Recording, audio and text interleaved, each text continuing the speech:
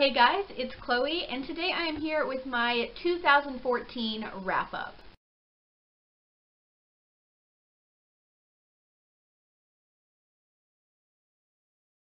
So we are at the end of 2014. This is actually pre-filmed by a couple of days. So today I want to basically go through all the books that I read in 2014, and by that I'm not saying that I'm going to hold up each one that I read this year. That would take too long.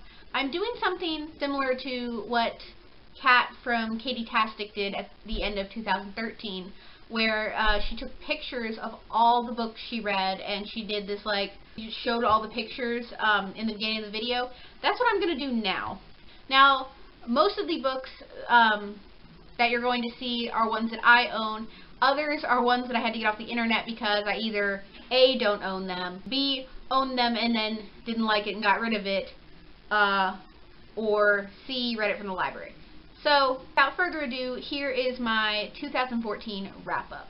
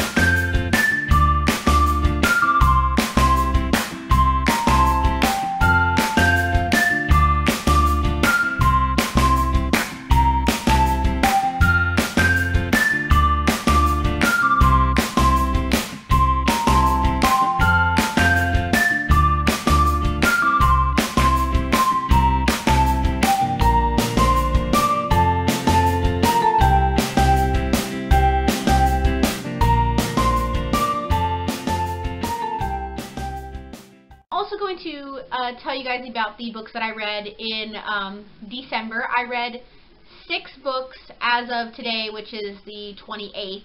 So the first book I read in December is The Distance Between Lost and Found by Catherine Holmes. I'm not going to talk a lot about this because when it comes out in February, I am going to have a review released on the day it comes out, which is February 17th. But for now, all you need to know is that I loved it and I gave it a 5 out of 5 stars.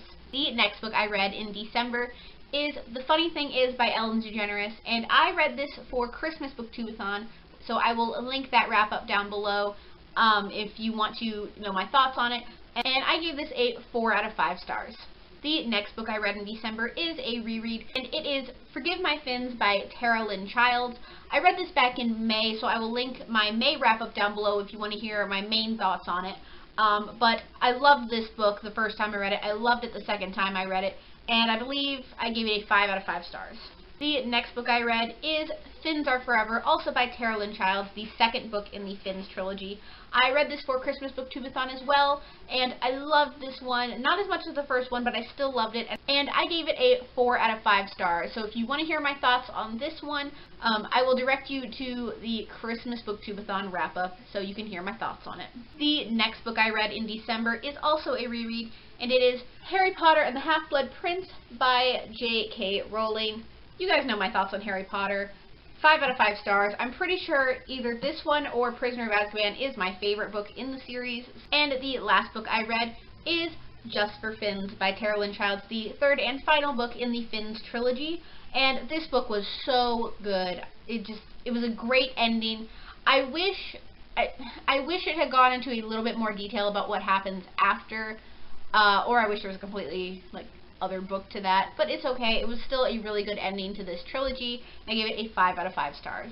Those are all the books that I read in December and my thoughts on it. Now I want to get into my goals that I had for 2014. So I had a couple of goals going into 2014 that were bookish related. The first one was finish 5 series, and as of the Fins trilogy, I only finished 4 series, but that's pretty good because I actually forgot about this goal until about a month ago, so that's pretty good for not remembering that goal.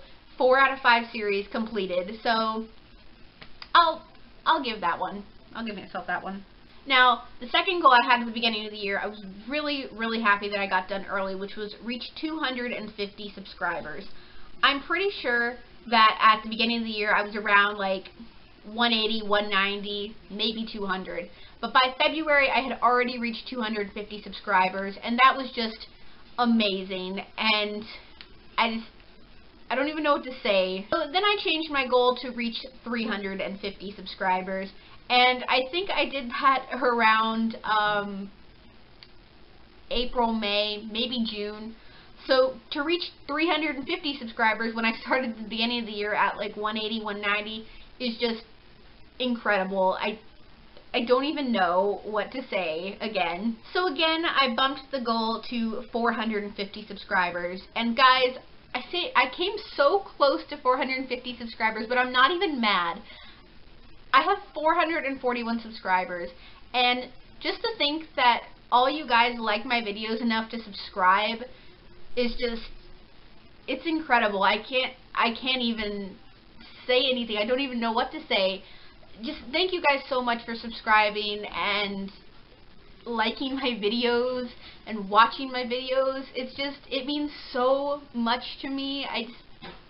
Now the third goal I had for 2014 was better content pertaining to BookTube. I think at the end of 2013 I just wasn't liking my content that I was putting out, and it was boring to me.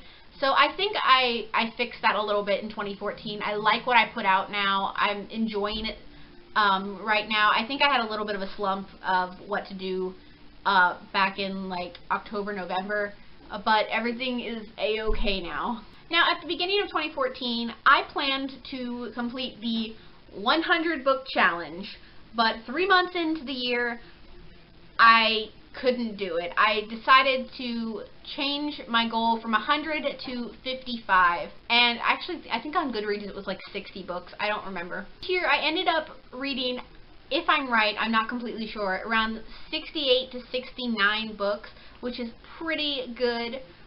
Especially for not wanting to complete the 100 book challenge. I came pretty close, and I passed my Goodreads goal, so that's really good. My other goal was to shorten my TBR pile. This I'm not completely sure whether I would have accomplished or not. I counted all of the books that I haven't read, and it's only like 55 books, which isn't too bad for all the books that I own. But I'm not really sure whether I should consider this goal completed or not, because I did read a lot of my own books this year, that's for sure. Another goal I had that I'm really kind of unsure about was participate in more readathons. I participated in, let me think, I participated in my own readathon, which was Spring Break Readathon back in March. I did Read Your Bookshelf-a-thon in June. I did Booktube-a-thon in July, and I did I do Bad Books this year? I don't remember. I don't think so. And I did Christmas Booktube-a-thon in December, so that's 4 readathons this year, which is pretty good. And I love doing readathons, especially when I'm out of school, so that way I can really participate. Yes, I could consider that goal achieved since I participated in 4 readathons. The next goal that I had was read with friends, which means like read-alongs and stuff like that. And I participated in a few read-alongs. I did the Read Dusab read-along in January, the Throne of Glass read-along in February. I read Cinder with Shannon from Cozy Tea Reads and Jack from Jack Eats Books in February.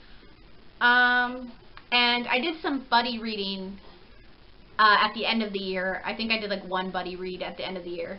So I guess that's okay, I guess. Now, this next goal was actually an attempt, but I'm pretty sure I failed. I don't even know why I had this goal. It was attempt to buy less books. I don't even know, so I'm not even going to comment on it. The next goal was a complete fail as well. It was go to bookish events. Here's the problem. In my area, there are not a lot of bookish events because we're not a major city. So, like, the nearest places for bookish events are like either an hour away or 4 hours away. So, I don't even know why that was a goal too.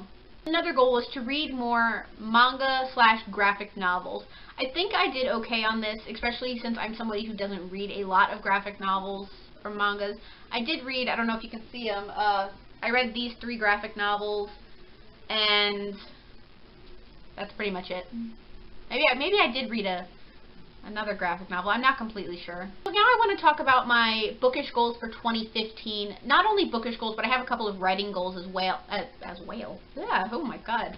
My southern is coming out in me. So again, in 2015, I'm going to attempt to finish 5 series, which, considering how close I came this year, should not be so bad. I just actually need to remember this year. This year, I'm probably going to attempt to read 70 books for my Goodreads goal, which seems like a reasonable amount for me, especially if I slump in the year, which I know I will.